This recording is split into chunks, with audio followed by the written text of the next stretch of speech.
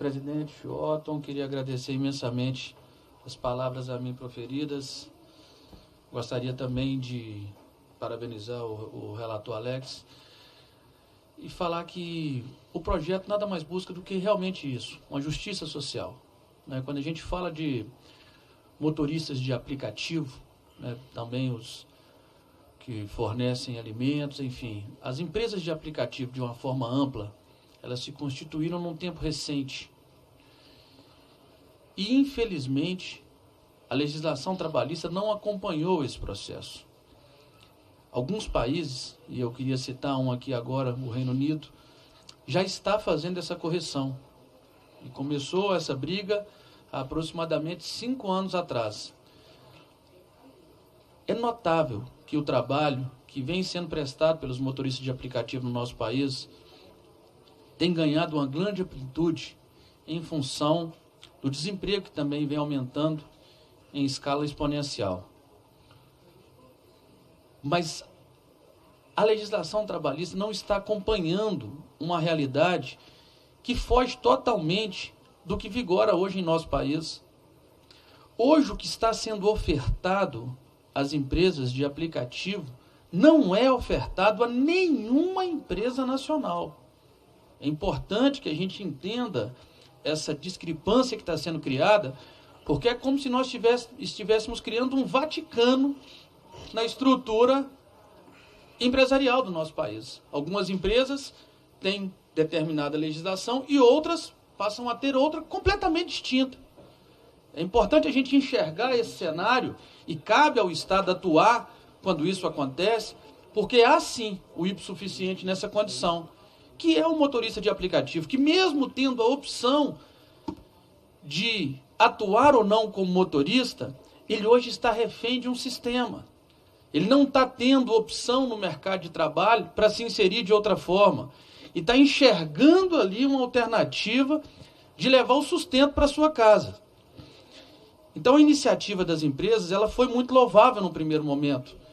O que a gente precisa fazer é equilibrar essas ações, porque hoje as empresas estão tendo taxas de rentabilidade superior a 74% em determinadas corridas, enquanto o motorista, desde 2016, não recebeu nenhum reajuste.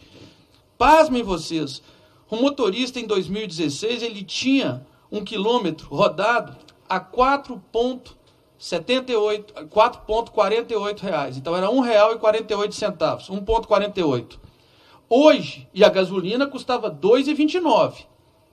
Hoje, o quilômetro rodado está saindo a 0,84 centavos com a gasolina a 5,89. Isso é a realidade que está implementada hoje para esses prestadores de serviço. Mas o ponto-chave que eu quero trazer para vocês é o seguinte. Se nós oferecermos para as empresas nacionais a mesma condição que está sendo ofertada para as empresas de aplicativo, nós corremos na condição de acabarmos com o desemprego no nosso país. Porque se nós pudermos contratar na condição que elas estão contratando, sem vínculo trabalhista, sem encargo social, com a tributação mínima, levando o recurso para fora do país, para ser investido em outros países, se isso puder ser feito por outras empresas nacionais, eu tenho certeza que vai estimular em muita geração de emprego no nosso país. E agora o principal mal que está sendo causado por isso, e que a gente precisa se ater, aonde quem está na ponta da cadeia está pagando, é que essas empresas interferem diretamente no transporte público, que é calculado pelo rateio. Quando você tira uma massa significativa que passa a usar esses aplicativos como forma de transporte e deixam de usar o transporte público, você diminui a taxa de divisão e aumenta o custo para quem está usando o transporte público. Isso não foi dito por mim, não. Isso foi dito na Comissão de Viação e Transporte por especialistas da área. Ou seja, isso ainda está sobrecarregando quem usa o transporte público. Está pagando taxas mais altas por isso. Além de usar a nossa malha asfáltica e não contribuir para a sua reparação, além de usar o nosso sistema de saúde e não contribuir com o mesmo. Então, hoje, a empresa de aplicativo paga no país, basicamente, ninguém sabe nem como isso é aferido ainda, não há uma demonstração clara de como é feita essa aferição, ISS. Como a sua sede, você está maior hoje em São Paulo, ela paga R$ 2,90. O motorista paga o ISS, o imposto de renda, o IOF, o IPVA, a contribuição social, a gasolina, a manutenção do seu veículo, o seguro obrigatório, enfim, a internet para poder fornecer o sistema de serviço. Então, essa cadeia está totalmente desalinhada. E é fácil perceber isso, porque quando esse serviço começou há um tempo atrás, você tinha motorista de terno, gravata, aguinha, balinha, e hoje você não encontra mais isso. E você fala assim, ô Igor, mas por que esse serviço ainda não foi encerrado? Por um motivo muito simples. Por um motivo muito simples. O motorista que se sujeita a essa condição, muitas vezes, quando ele começa essa prestação de serviço, ele tem toda a sua infraestrutura necessária, que vai se deteriorar com o passar do tempo. Então, há um lapso temporal que vai fazer com que ele a perca, inclusive colocando em risco, talvez a coisa mais importante que ele tem, pelo menos foi assim que eu aprendi no meu núcleo familiar, o nome. Porque quando o veículo que ele começou o trabalho começar a ter problemas e necessitar de manutenções, ele já vai ver que o custo não vai conseguir ser compatível. Quando esse veículo tiver que ficar por um tempo considerável na oficina fazendo o seu reparo, ele vai ter que locar um veículo para prestar o serviço. E aí começa o efeito colateral da bola de neve.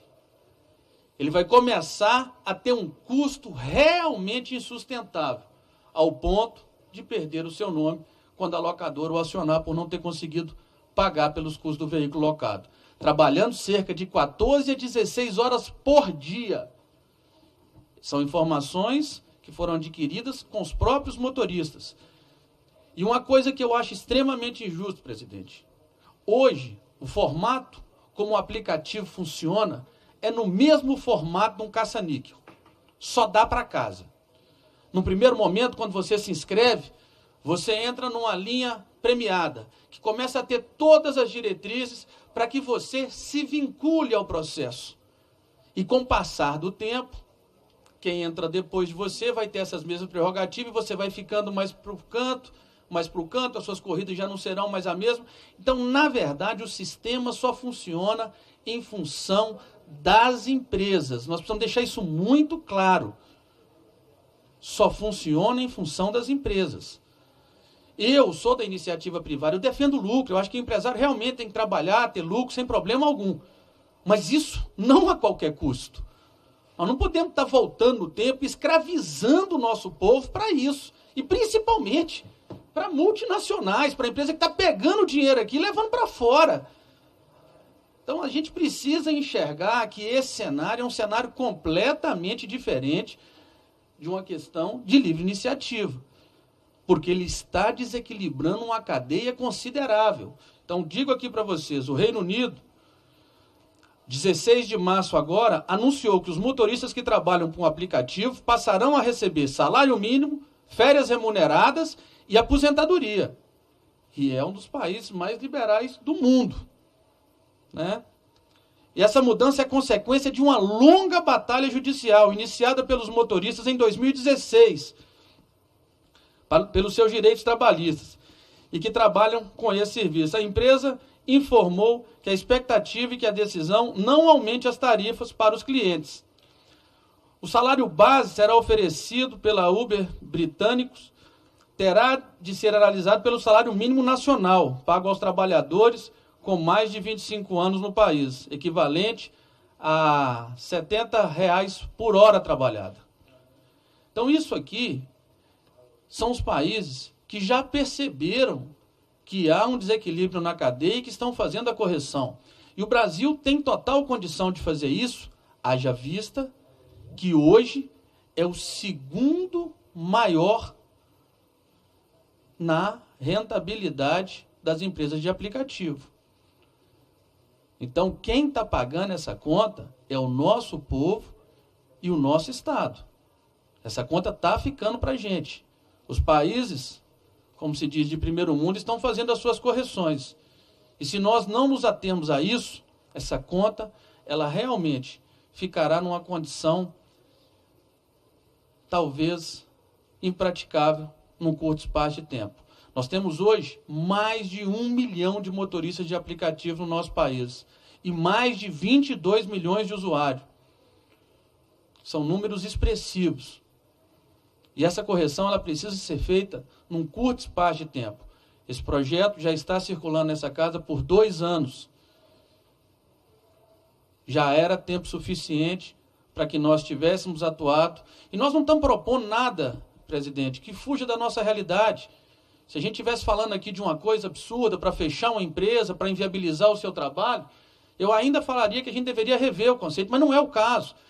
O próprio governo tem no seu caderno do Ministério do Planejamento limitações para contratação e limitações inferiores à que eu estou propondo no projeto. Hoje, para você prestar serviço para o governo, na área de prestação de serviço, você tem taxa máxima de 6% de lucro e de 7% de taxa administrativa. Então, você já tem fixado no país hoje. Se achar que os 10% não está bom, tem um projeto a pensar de 15%, que seja. Mas o que a gente não pode fazer, e essa foi uma forma que nós encontramos de fazer uma justiça com um curto espaço de tempo, porque a coisa vai andando e vai desencadeando. Nós não estamos aqui inviabilizando, não estamos tratando de uma empresa específica, apesar de termos uma que se destaca no cenário. Isso aqui vale para todas as empresas de aplicativo. E digo mais, nós precisamos aferir muito bem o que essas empresas têm feito no nosso país, porque a gente vê falar que elas estão tomando prejuízo. Ora, uma empresa que tem a maior frota de veículo do mundo, sem saber quanto custa uma gota de gasolina, quanto custa 1 centavo de manutenção, sem ter uma relação trabalhista, faturando até 74% de uma taxa de corrida. Está tomando prejuízo? Isso seria cômico se não fosse trágico, né? A sensação que eu tenho é que com a história dessa, presidente, nós estamos à beira da banana começar a comer o macaco. O processo está se invertendo totalmente, né? E estamos sendo tratados como bobo da corte nessa história. Então, nós não podemos permitir que isso continue acontecendo no nosso país. Passou da hora da gente fazer essa correção. Nós não estamos falando de nada que fuja da realidade. Uma empresa hoje que não tem custo praticamente nenhum na sua operação, tem uma taxa de 10%, é muito louvável. Ela vai continuar se mantendo perfeitamente, com bons lucros, enfim. Isso eu tenho plena convicção, porque eu tive a oportunidade de conhecer o outro lado da mesa.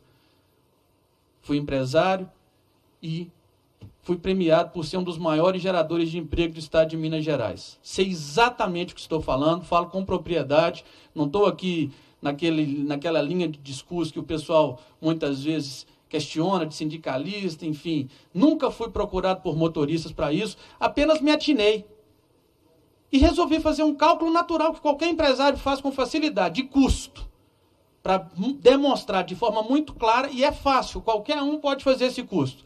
Calcula quanto custa um veículo, calcula o custo das suas manutenções, o custo da quilometragem rodada, quanto que você vai ter de tributação e analisa quanto que você ganha por hora nessas corridas. É muito fácil fazer esse cálculo e ver que os motoristas hoje têm uma rentabilidade inferior a um salário mínimo, o que é proibido pela Constituição.